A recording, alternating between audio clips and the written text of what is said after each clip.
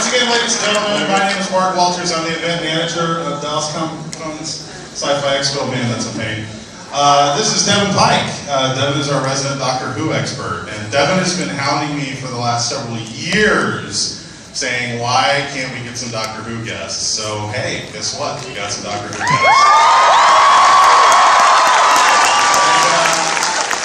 Devin's going to take you through the magical journey today. We're so thrilled to have both Sylvester McCoy and Karen Gillan here. And now, Devin, what did you want to say in particular about this? Well, there's a trick I do when I walk into a room, and you know the people that you're dealing with.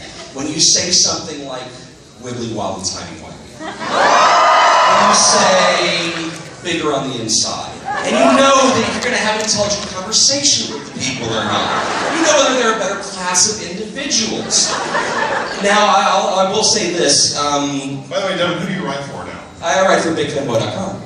Yes. BigFanboy.com. On Twitter, twitter.com/BigFanboy. Shameless plug over. Mark, go ahead. Leave. No. Go run a convention. I want to hear what you have to say. No, that wasn't what I was going to say. Oh, that was it. I was going to tell them that I write for BigFanboy.com, and everybody here in Texas has been waiting for me to say these 5 words. Karen Gillan and Sylvester McCoy!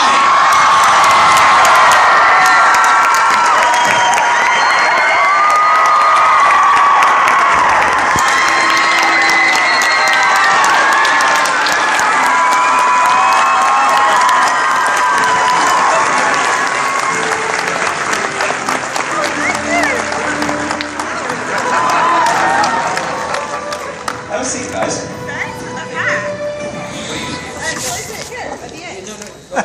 No, she heard about the restraining order. Damn it! No, you sit there, I'll sit. Should we toss for it? Okay. Okay, heads or tails? Tails. Okay, I'll sit here. Okay. Is this a tiny violin? Oh, no. You open it if you wish. Okay, what's in it? Doesn't explode. Okay, it's a big spoon. No, it's a pear spoon. Oh, it's a pear spoon, sorry. Why? Nice. One has these, don't you? Classic. Yeah, well, I play the spoon, you see. For those of you who don't know, Sylvester played the spoons on the first one. So in my very first Doctor Who, I played the spoon. That's so cool. Over Kate O'Mara's front. Amazing. And it was. My goodness, those spoons bounce, I can tell you. Hello, microphone. First off, guys, welcome to Texas. It is a phenomenal honor to have you guys here.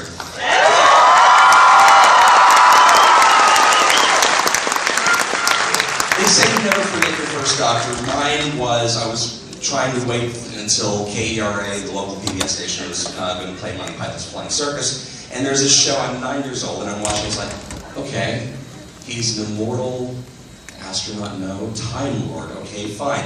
And I'm hooked at 9 years old. And Sylvester, your episodes were phenomenal, and it was an amazing joy to hear that you were coming out here. So first off, I'm curious, Karen, thank you very much for giving us one of the cry-worthy moments, not only in the Doctor Who Christmas special, but in so many bits all the way through the series. So thank you for coming out. Everybody in this room lost it when you came down those steps. So thank you for that amazing moment. Thank you for crying. Oh yeah. Sylvester, first off, as somebody who took over the role of the Doctor in the 80s, when you took it over from Colin Baker, was there an hour-long special on the BBC announcing that you were going to become the Doctor at that point? I'm just curious, because it was just like a note in the Radio Times probably at that point when you were cast as the Doctor. Yes, there wasn't anything much, really. When they announced that I was going to become the Doctor, everyone went, oh my God. You know, they were a bit shocked, really. We can't have he playing the Doctor. But anyway, I changed their mind after a while. No, we didn't have any big thing. I mean, in the papers, yes. The press announced it, but not the way Mr. Capaldi does it. That was the biggest one, yeah. That was amazing. I guess you guys wouldn't have seen that TV. No, they showed it on BBC. Oh, okay. Yeah. Yeah, and it was I've never seen any Brit TV get as much attention in that one concentrated hour as just a casting announcement for the great Peter Capaldi. Yeah. And by the way, if you have any doubts on how good Peter Capaldi is going to be as the Doctor, go home, hit Hulu, watch the thick of it, because Capaldi is going to knock your socks off. Yes, the language inside the TARDIS is going to be as blue as the TARDIS. What are you going to do? Bleep it out with vortex? It'll sound like Morse code after a while. Yes. So, when you're cast as the Doctor, talk a little bit about your transition into it, because every actor who has the role brings their own panache to it. So, was there a discussion with the showrunner? Well, mine will be scholarly and yet stern and an air of mystery. How much information did you have going into the role when you took over as the Doctor? I had very little information really. I hadn't seen it for years because we didn't have VCRs or any means of recording anything in those days, and it was gaslight as well. So I hadn't seen anything. I'd been working as an actor in the theatre, and television was on when I was working, and I never saw it, so I lost touch. I had a distant memory of Patrick Troughton, and so I kind of thought, well, that's how you play him, a bit like Patrick Troughton. And that's how I started, really. But then when I got the role and started to develop it, I was given total freedom to do what I wanted. I realised this is a great part and full of various facets of an astonishing character. And so we started to, the writers and the script writer started to look into that, delve deep into the Doctor. And so he changed from the beginning.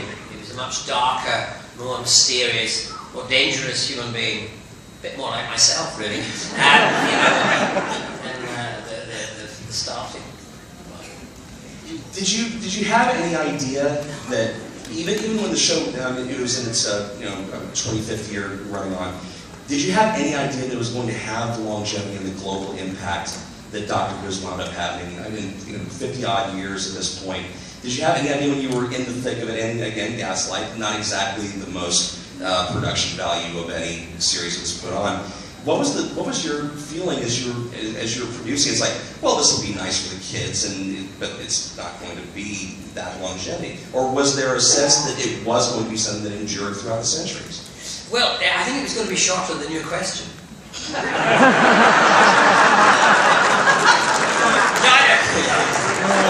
I'm just joshing with you. I had to josh with him because we don't say josh in England, do we? No, it's Scottish. It's Scottish, Oh, yeah. yeah. Anyway, no, I'm only pulling your leg. I had no idea it would go on, this long. You didn't really think that way. Nothing much ever on television in Britain in those days lasted for that long. It already lasted 30 years when I was in it, and that was astonishing. So, but we didn't really think. I just thought that the next year, I was asked to do, I was signed up for 3 years. On the second year, they twisted my arm and said, listen, we want you to do a 4th year. And I said, and they went, if you don't do a 4th year, we won't do a 3rd year. And I went, okay, I'll do a 4th year. And after I agreed to do the 4th year, then they come along and said, we're not doing the 4th year. So that was really boring. But anyway, being an actor, I thought that was it, the end, goodbye. I killed off Doctor Who. Well, at least someone I'll be remembered for something. Hated by the world, the universe. But, anyway. Thanks to Karen and her team. They brought it back with aplomb. What is aplomb?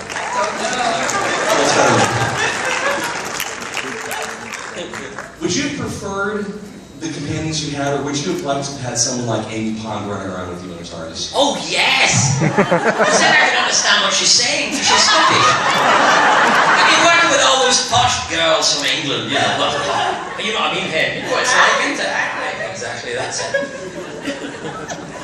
That would be so funny. No, but I mean, now the Scots are taking over the TARDIS, aren't they? There's so many Scottish people in the TARDIS. It's amazing. They're going to paint it tartan. They're no longer going to be blue.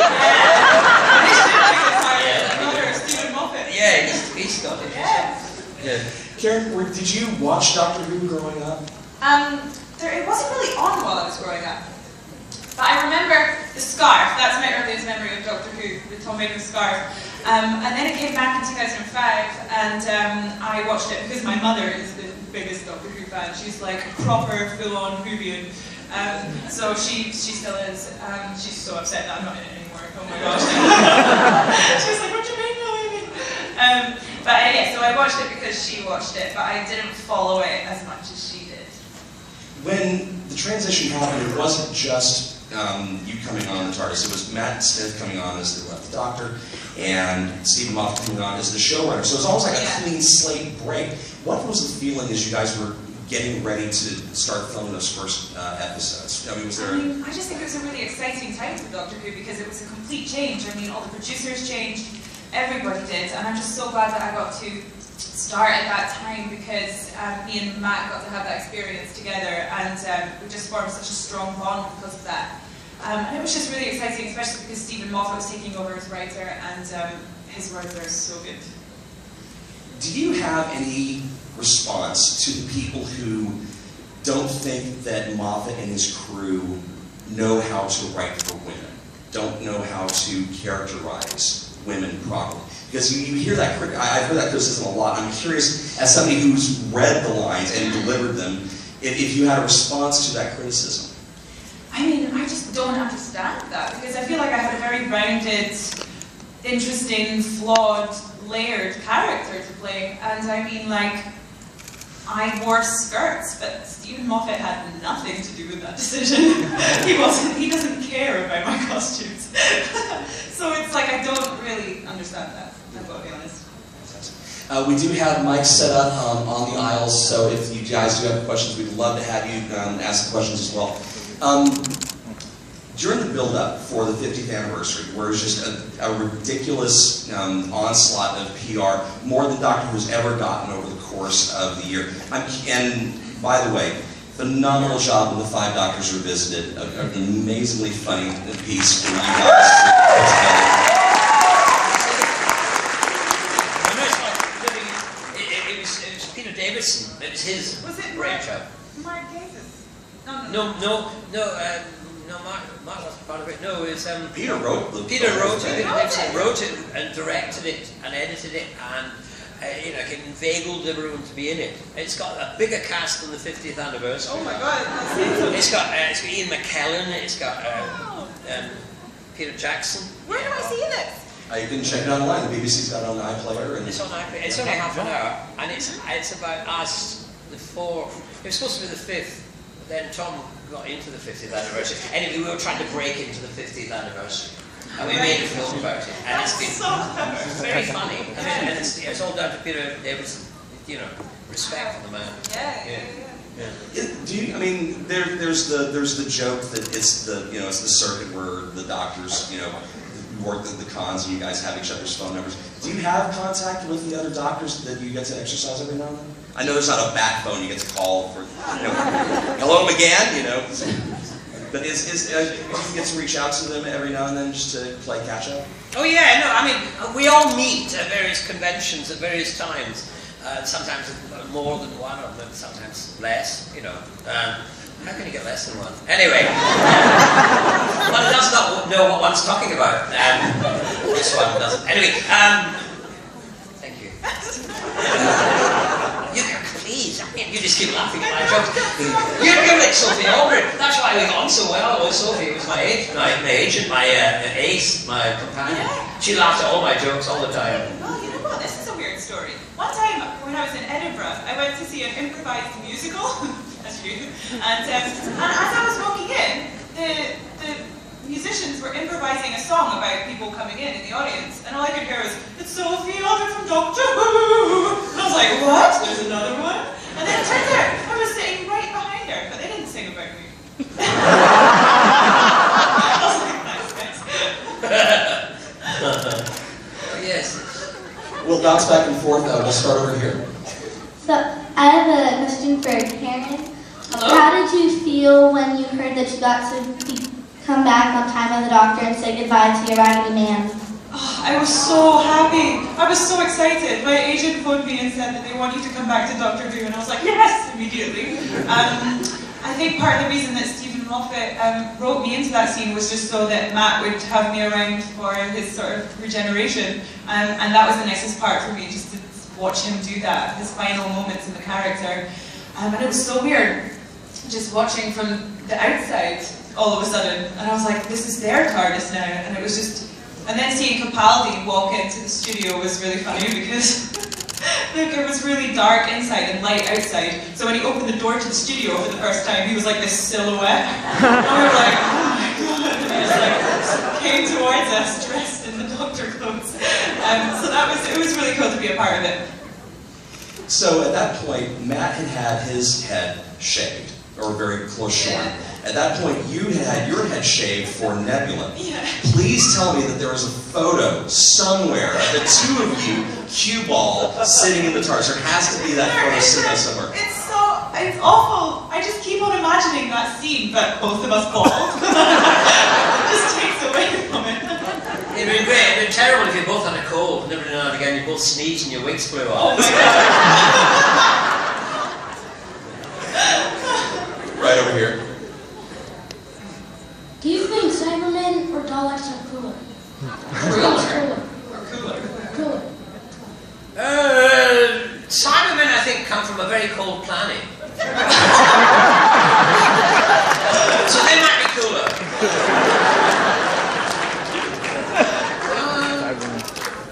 You know, Daleks do get around.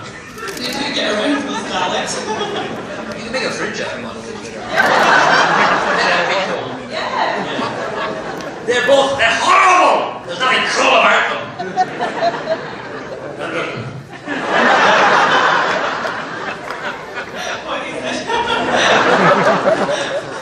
Right back over here. Okay, I have a question for both of you. What is your most memorable experience from being on Doctor Who?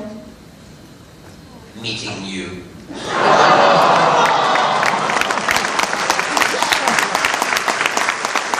That's really sloppy, because I can't even see you because the lights are blue. What's yours?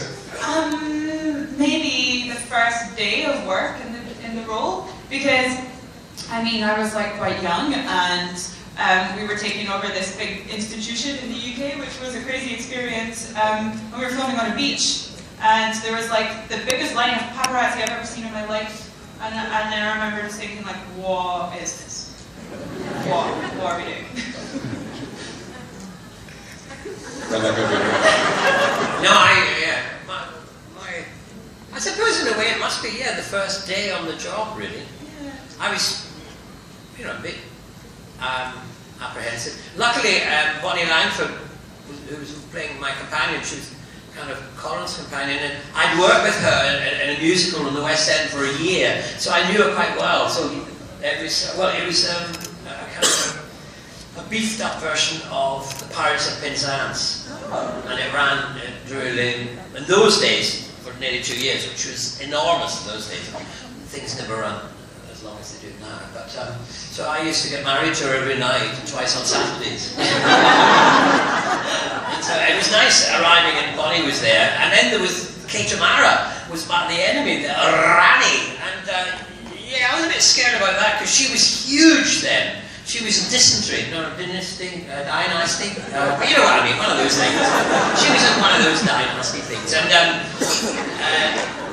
she was huge. And yeah, she was a really great professional. I still love her when I see her. We meet quite a lot now, and it's really lovely to see her. I was a bit scared, but she was just so welcoming. So I did enjoy it, but I was also terrified. Not as much as me here. You lot. Frightening. There's a man over there wearing a Celtic top. Celtic! Yeah, football. What are you? I mean Inverness Caledonian Thistle. Oh right, that's a good one. Hey, they just got him into some sort of final. Did they? Yeah. Wow. Against Aberdeen. Oh, brilliant. Yeah. Mine was Dunoon Athletic. Dunoon's where I came from. But we used to call it Dunoon Pathetic. As it was. Successful team, man. No. Right back over here. question for Karen. I was rewatching the 11th hour of Amelia Pond's first episode. Yeah. The second time the doctor leaves, she flashbacks when he came back to her the second time as a child. Mm-hmm. Did you have any idea that happened when you started filming the show?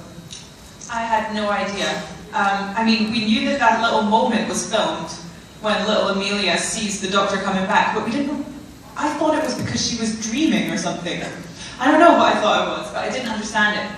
And Stephen Moffat never tells us in advance because he doesn't want us with knowledge about that stuff. But I remember, in retrospect, thinking about it, me and Stephen went out for dinner with Russell T Davies one time, and Russell T Davies worked it out immediately, because obviously he has like a writer's mind.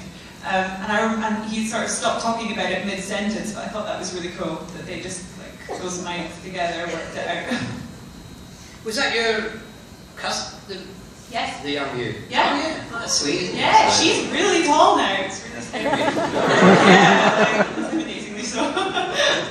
Of course. Did you want to try to figure out a way to get your young doppelganger on set somehow during Day of the Doctors? Have that little bit where you see young Amelia running around, but obviously your doppelganger had grown up a little bit. Yeah, so she was too tall to play the role. Yeah. And they brought a girl in with really long hair, and I just remember feeling so protective over the role that I was like, no, her hair's long, guys! And I hadn't been working on it for ages, and they were like, what? but then they like tucked it in, so it was fine. All right, back over here. Okay, first of all, I just want to say, Karen, you're one of my favorite companions. Thank you! And second, what was your audition like? Wow. Well, I did 2 auditions for the role. One was just with the casting director, Andy Pryor. Did you know him? Yeah, I do. I know the name. Yeah. Well, and I just went into a room with him and we read the scenes, some fake scenes, and I did it in a couple of different accents. And then I got a recall, and that's when I started to get really nervous because I knew that I had to go and read with Matt Smith, who'd already been announced as playing the role as the Doctor. And then I've never been that nervous in my entire life. Like my palms were sweating, and I went in, and there was like a long line of people, like executive producers, and me and Matt just read together, and then it just suddenly became so much easier. And it was just, it's because he's such a good actor to work with. He gives you so much that it makes your job easy. And so it was a really lovely experience. I already got to meet him when we were making the 5 Doctors remake, because he's in it as well. And, Right, yeah, okay. and David, you know, a lot of us are in it. And I just thought he's a smashing bloke. He I really is. like your Doctor. It's lovely. Yeah, I mean, he's like an Afghan hound. You see, he's bounding up to you, and he wags his tail, and he's licking your face. And yeah, this is the nicest man. I think that was really accurate. Yes. Because you're so stoic, Sylvester. You're so stoic, Sylvester. So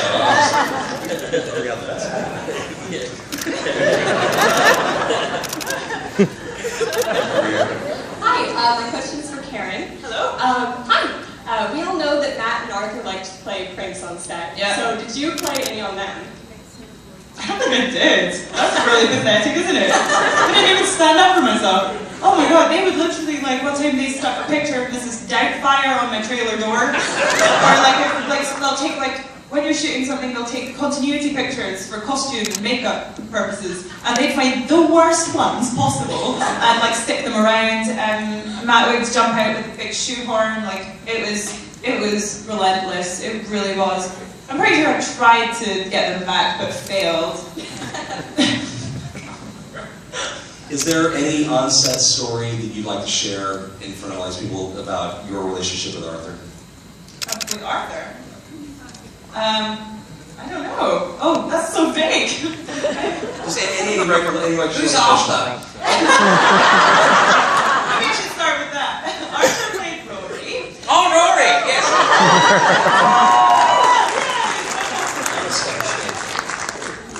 Yeah. I don't know. Like in what? Like Any recollection you have when it's like when you think about this experience, your experience of working with him, or any one memory that sticks out?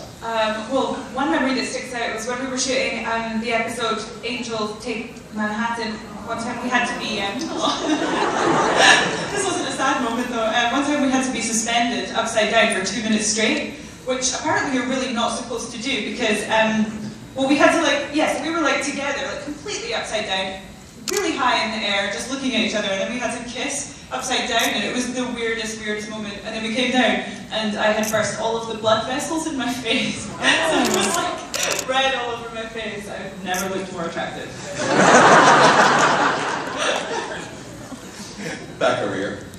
Hi. My question's a two-parter. The first part is, what was your favorite episode you did with Matt? My favorite episode that I did with Matt would have to be either the first one, the 11th hour, because it was just new and really exciting. I quite liked Amy's choice, because I got to run around with a pregnancy top and I would hit it. I mean, there's so many good memories. And also, just shooting in New York was really fun too. And the second part is, can I take a selfie with you? Sure. Quickly. Nice. Bow tie and all. Well done. Yeah.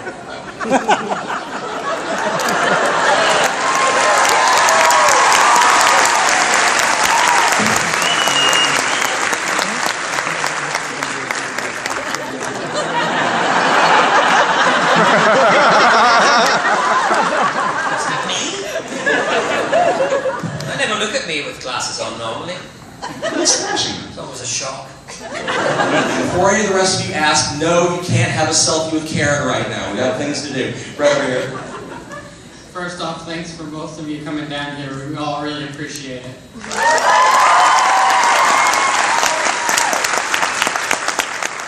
And I have one question for Karen. In the episode The Power of Three, what was it like filming the first half of that episode, seeing as how it was almost normal compared to all the other episodes? Oh yeah, all the domesticated life stuff. Yeah, that was actually strangely relieving to act without the threat of death, which is very rare in Doctor Who actually, just to act. And so that was quite nice. But then actually we were ready to get back to running away from monsters quite quickly. We missed it.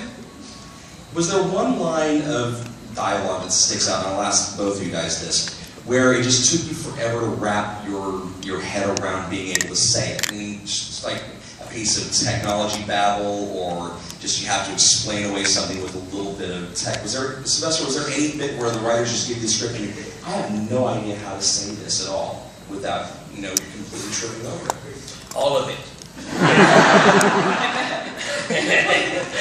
but no, the technology babble, and I got very sly, because somebody said to the writers and producers that Ace, my companion, when we went on screen, I was taking her off into the universe, and it was a university of the universe. And each time we came back, she would get brighter. And by the time she'd ended her journey with the Doctor, she'd become, Prime Minister. She was, she changed to that point. So then I said, well, the way to show this really is that, that technological babble that I've got, I could start it off and then just look at Ace and she could carry it on. And it worked! I kept doing that. And so I did. That was cool, wasn't it? Was that canny? It was very canny there. That was my answer to all that technological babble. My God, your brain, you felt, your brain was going to melt, come right down your ears and just run down when you're trying to say it. Well, it wasn't as difficult for me because, whoever plays the role of the Doctor really has all the exposition. Basically, my job was to ask the questions, what's happening? What are you doing? And then the Doctor will be like, the contractive ventilator. Well, I'd turn around and say, well, Ace, what do you think I'm doing? Very clever. Yeah. Do you ever get jealous of Tennant or Smith because they got to do wibbly wobbly timey wimey? You had to do a 15-paragraph explanation of bits. Yeah, no, my brain was wibbly wobbly when I was doing it. They only expressed what I was thinking. No, that's great. Those are great lines. I wish we could say. Well, I had some good lines. I can't remember any of them. Anyway, Blue Sachons, I couldn't remember them then. I can't remember them now. Back over here. I think it's your turn. Okay. I have two questions questions. One, I've been crying every night ever since Matt left, because he's been my favorite out of all the Talk-Ters. What was your reaction to him leaving? My reaction? I was very sad to see that. It was the end of an era. And I feel so strongly connected to him in that character. So it was a really, really weird feeling. It's sad, but that's the nature of the show. The Doctor changes. And that's why it's carried on for so long. And we all knew that when we were getting into it. But yeah, it's really sad. And part 2 is, my friends don't believe I'm actually talking to you. So is there any way I can actually prove it? Where are your friends? They are Snapchatting me right now, saying, I don't believe you, I don't think that you're talking to me. I don't know, how do we do this? Has anyone got Have you got a phone? Yes. Well, bring the phone and dial them and Yeah. I ran out of minutes, so I can't call them right now. I'll take a picture of both of you and I'll send it to your friends. Well, while you're doing that, someone else could ask you Yes, a question. right over here as a matter of fact. Okay. Hello, I'm always interested to know people's favorite Doctor Who villain. Weeping Angel. Yeah, the Weeping Angels are kind of freaky. Over there. Do you want to go in the middle? God almighty, people. Froggy's going to charge me a fee.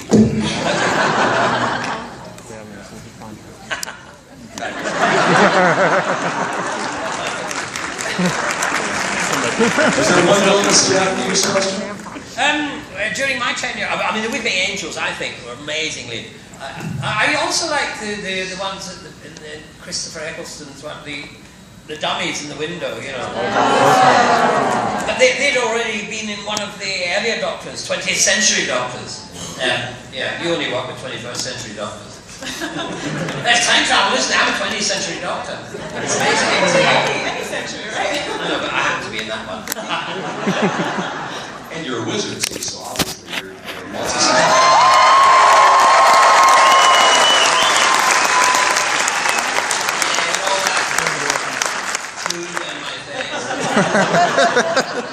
It's a shitty job. It's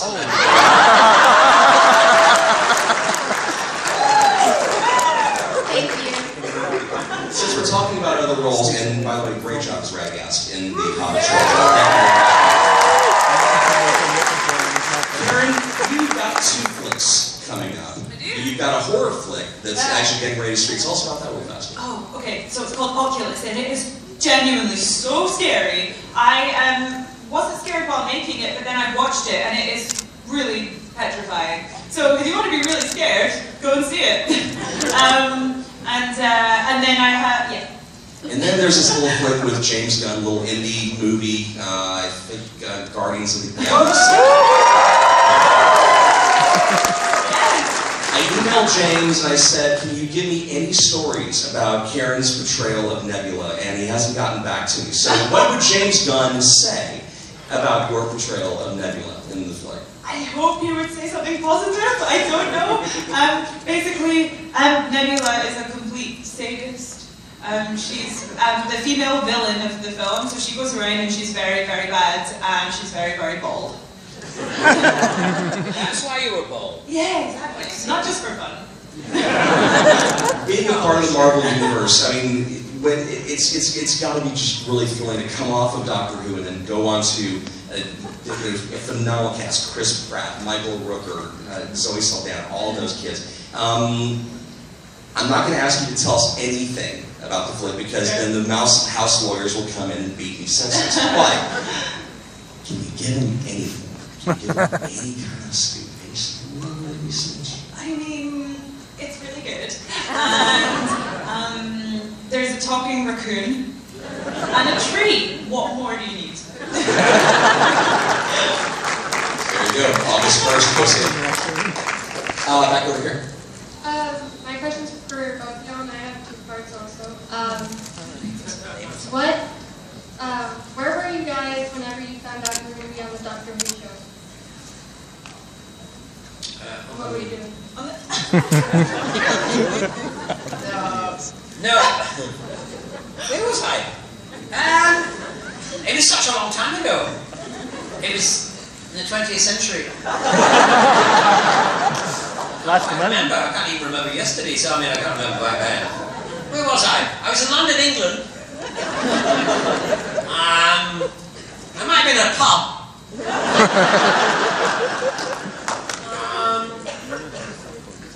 I'm trying to remember. You must be able to remember this. Oh, I remember. So I found out on the date that I auditioned, which is really nice. I think I was the last person to audition, so I didn't have to wait, which I remember being really nice. And I was just on my bed, and I got a phone call, and my agent was like, "You got it!" And I was like, "What?" I couldn't believe it.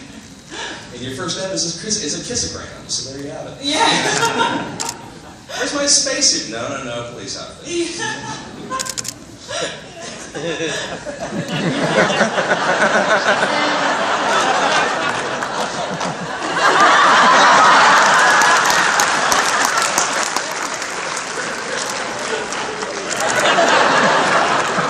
It's a little bird. I'm not finished.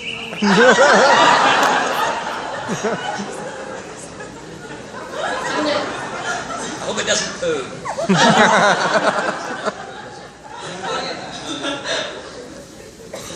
I'm not finished. I did hear that you had to shave your head for Guardians of the Galaxy. Yeah. Don't you ever wish that they would just figure out, wait, we can use visual editing to make them bald or something, or at least a bald cap? Yeah, well, actually, I agreed to be bald before I got the role. So I signed an agreement saying whichever actress ends up playing this role has to shave her head. And the reasons were, bald caps always look a bit rubbish, generally. And yeah, it's just like, it's a really sleek look that sort of really required it. I mean, even my stunt double had to shave her head, and the double of the stunt double. It was like, everyone had shaved heads. Old club. Yeah, at least there was 2 other people to go through it with. Back over here. You say that like it's a bad thing. I know, actually.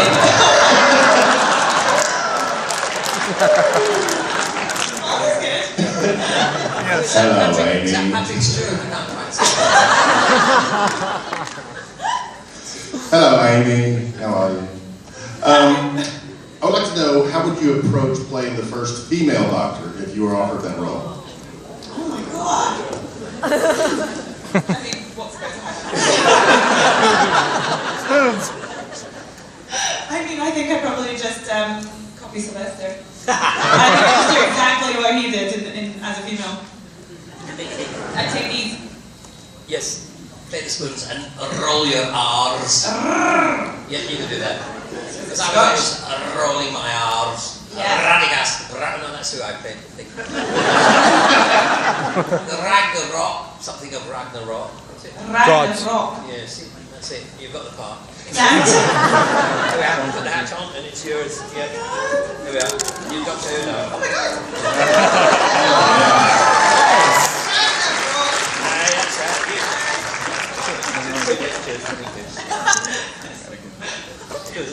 Magic. Hi, my name is Reese Hercom, and I'm a really big fan. And this is a question for Karen. I look up to you as a very strong. I look up to her as well. So my question for you is, what is it like to be such a big role model? Oh, well, first of all, thank you. But I mean, it's kind of hard to think of yourself as a role model. I just sort of try not to do bad things. Like, stay away from nightclubs. I don't know, that's a really difficult one to answer, but thank you. I really appreciate that.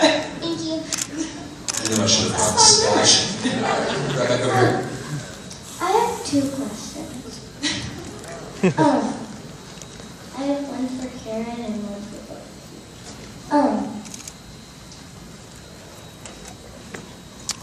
Are you still there? Karen, what is your favorite episode that you were in? My favorite episode, I like to work on the 11th hour because it was the first one and it was the first time we were doing things. And I really liked the episode The Girl Who Waited because I got to play an older version of the character, which is very rare that you get to do that. Well, actually not so rare in Doctor Who, actually. I've seen Matt and Arthur old. It's so weird. And then your second question for both of them.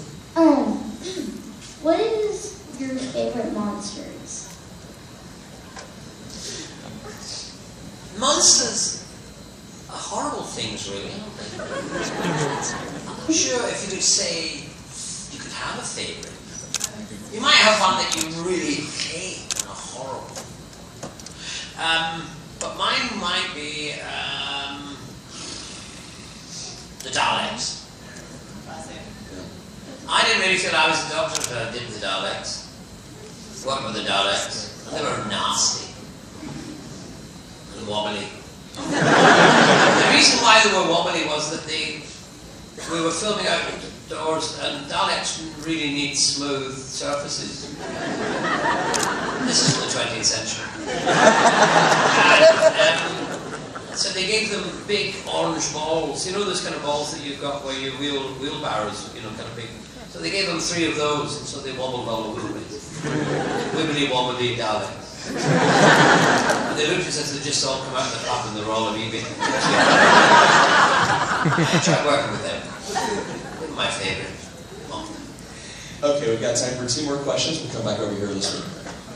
I was wondering what it felt like doing your last episode and knowing you wouldn't be doing another episode. And knowing that I wouldn't be doing another episode. Yeah, like the last episode that you had to If Agents of Manhattan would have been it for you. Yeah, well, first of all, we don't shoot in chronological order, so it's all messed up and timey-wimey, I guess.